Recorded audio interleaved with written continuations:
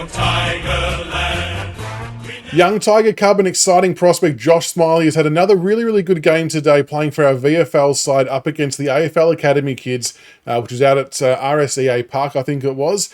So it's two semi-good performances in a row, and what I'm wanting to try and establish today, when do we think we're going to see Josh Smillie make his debut? And I'm not making this video to try and rush the kid. I know we've got time and we want to just ease him into it, but it's hard not to get excited about him coming into the side, let's be honest. So he's had 2 games in the VFL now. Today he played a half, so he played the first half against the under-18 Academy kids.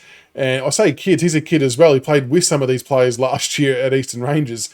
I think he had 14 disposals, and from the bits and pieces I saw, again, similar to last week in his VFL game, his ability to release handball to players out of packs was really good. And he is just physically bigger than most other people out on the field. It's quite incredible, to be honest. So that's 2 semi-good performances in a row. The VFL proper game from the week before, again, he played about 2 and a bit quarters. I think he had 11 disposals, went at 100% efficiency. And today it was interesting because it sounds like, according to Zero Hanger, that it was the 6 kilometre mark that triggered when he would be subbed off. So there at halftime, he did 6Ks and off the field. So just trying to ease him into it. I don't think we'll see him for the Gold Coast game.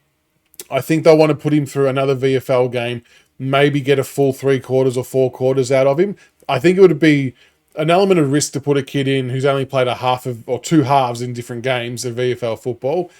I'm thinking we're getting him set for an Anzac Eve debut against Melbourne. That's what I'm thinking. And one of the reasons why I think it is, obviously with the way our fixture is this year, we don't have many marquee games, which is fair enough. We put up a bad year last year, so you get the rough end of the stick with the fixtures. I get it.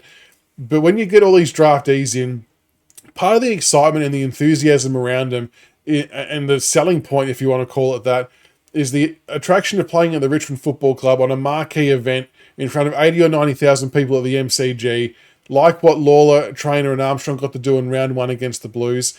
I feel like we're setting this up for an Anzac Eve debut for Josh Smillie, which would be unbelievable if we could somehow get to that point in time. But he seems to be ticking all the right boxes. Yeah, he's doing well. And I still don't know where he's going to play his football early days at senior level.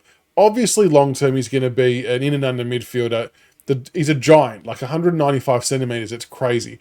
But as we know, and as we've seen with Sam Lawler, he's not going to be playing bulk midfield minutes from the start. So we need to find an alternate position to play him at in the meantime. Lawler's obviously playing half forward when he's not playing in the midfield. Can you play both Smillie and Lawler on the same forward line? Does it make it a bit too inexperienced? Does it create a bit of a balance issue with speed, pace, and size? Or are we changing? Are we going to flip the midfield on its head and have one of Lawler and Smillie in the midfield, the other one at half forward, and they swap? That's the long... I mean, I would love to see that from the start. I feel like that's a bit further down the track. Or does Smillie play off a half back line, which he did do in his underage year? So he has done it in the 18s and all that kind of stuff. He does find a lot of the ball and use his foot skills to good use with a long booming kick to set up play. That's probably the least popular opinion. I'm guessing people won't be too happy to see him on the half back line. It's going to be fascinating, honestly, to see where we slot him in. Let me know what you guys think in the comments below. Number 1, when do you think we're going to see him debut? And number 2, when he comes in, what position do you think he's going to play in the most? Don't just say midfield, because that's the long-term plan. We know he's going to be a midfielder, but we also know for right now he's not going to be a starting midfielder, and he might only have 30% in there, 40% in there, if that. So what secondary position do you see him playing?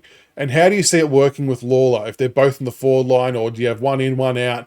I'm really keen to hear everyone's suggestions on what the best mix is. I'm not too sure what the right answer is. I just can't wait to see him play, because he could still potentially be one of the best of the draft. Shows super class, poise, which is what you want to see at VFL level from a player like him. And I think he'll make the transition really smoothly. So Josh Smillie, I reckon we'll see him. Anzac Eve is my tip against the D's. Let us know what you guys think. Make sure you like and subscribe for more Richmond content, and I'll see you for the next one. Go Tigers.